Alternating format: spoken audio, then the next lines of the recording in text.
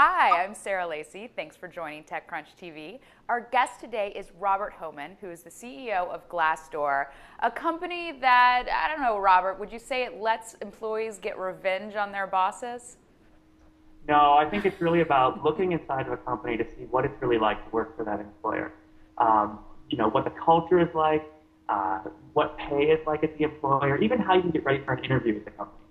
So you have your annual list of naughty and nice companies that's coming out. And interestingly, little Facebook has jumped to the top of the stack. And, that's bad news for Google, who Facebook's been poaching a lot of people from because Facebook's number one, Google's number 30. What does that reflect is going on in these companies?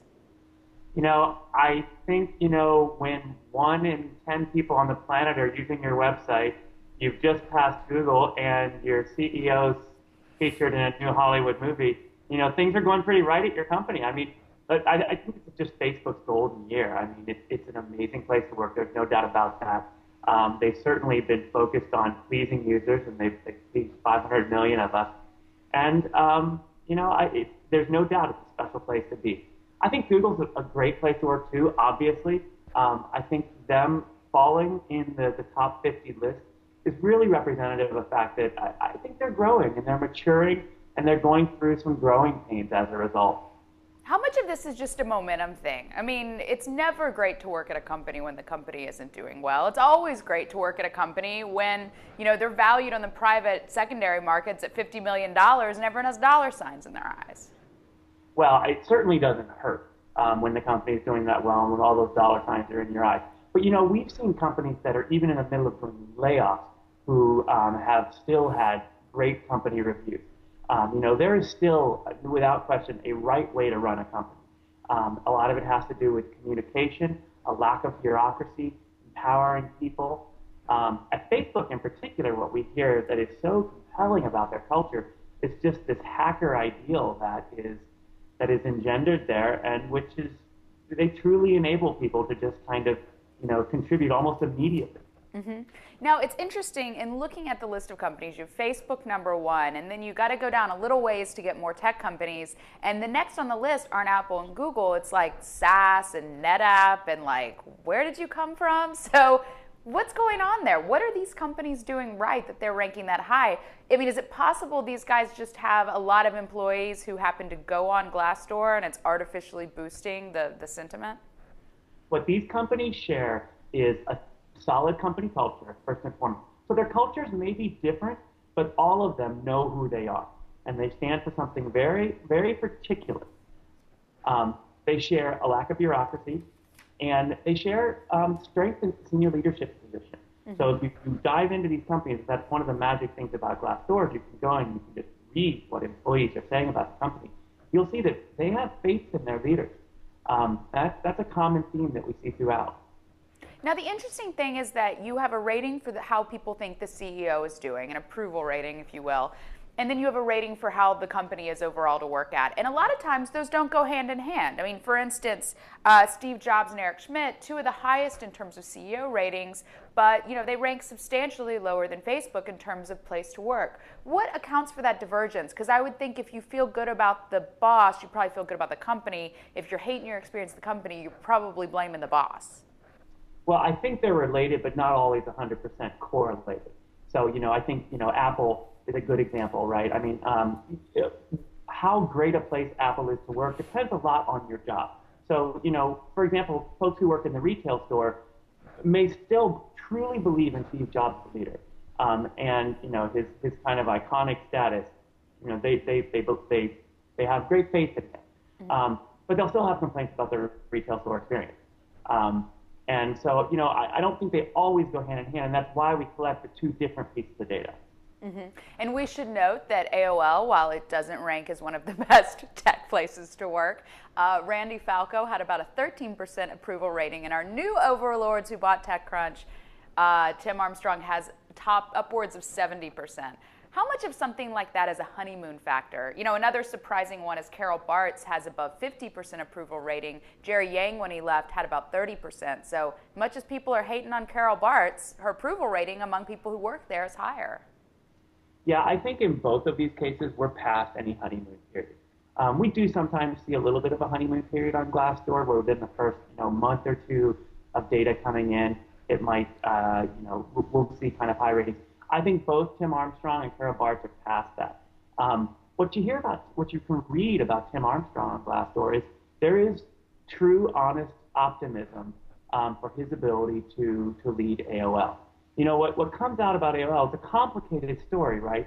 Huge company, certainly winning in some spaces, but somewhat political and a little bureaucratic, in there, but nonetheless, a belief that Tim Armstrong will be able to cut through that. And I think Carol Bartz at Yahoo is another great example. Yahoo just went through these layoffs, right, or is in the process of going through these layoffs. Right. But nonetheless, I think she's doing a good job communicating it, and layoffs can sometimes actually improve morale in those remaining if they're handled properly and communicated correctly. I think the other thing is, Jerry Yang was the one who turned down the Microsoft acquisition. And while some people at Yahoo thought that was a great sign of strength, there's a lot of people who still had a lot of money invested in stock options that would have been a life-changing amount of money for. I mean, when you can talk all you want about fuzzy cultures and communication and all of that, but when it comes to really hitting someone's retirement, their savings, their ability to put their kid through college, I mean, that has to supersede all those. Yeah, there's no question. And, we happen to have been tracking Jerry Yang's CEO approval rating at that time, and you could actually see his approval rating rising as Microsoft was doing the acquisition dance.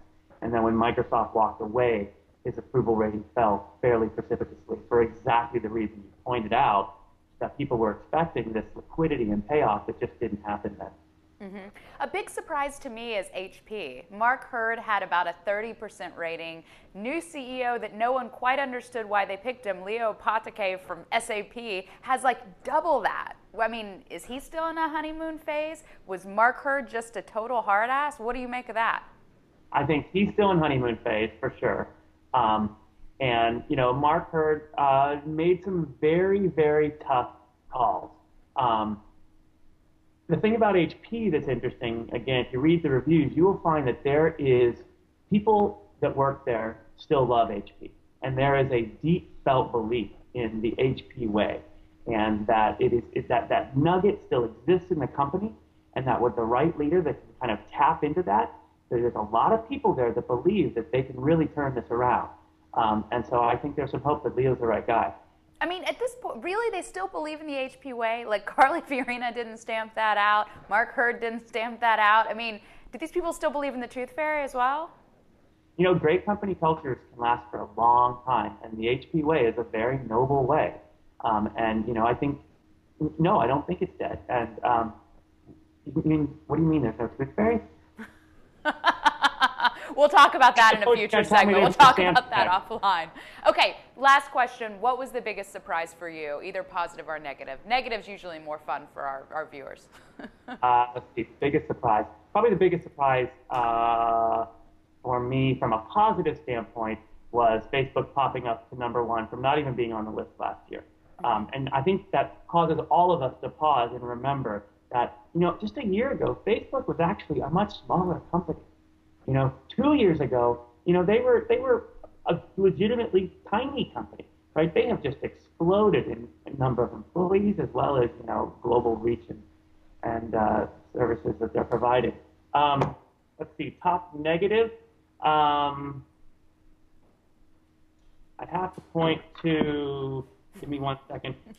It's not a negative, but, I do think that it's interesting that Apple, as beloved as Steve Jobs is, with a 97% approval rating, and just rock solid. I mean, since Glassdoor has launched, he has been solid at the top of our rating. But they haven't been able to climb above 20 or 22, even with the retail stores. And I think that's why it is, but it has surprised me. Well, it's just like apparently the fanboy phenomenon extends within Apple. Thank you so much for joining us, Bob, and telling us who's been good and who's been bad in the tech world. Thank you, Sarah.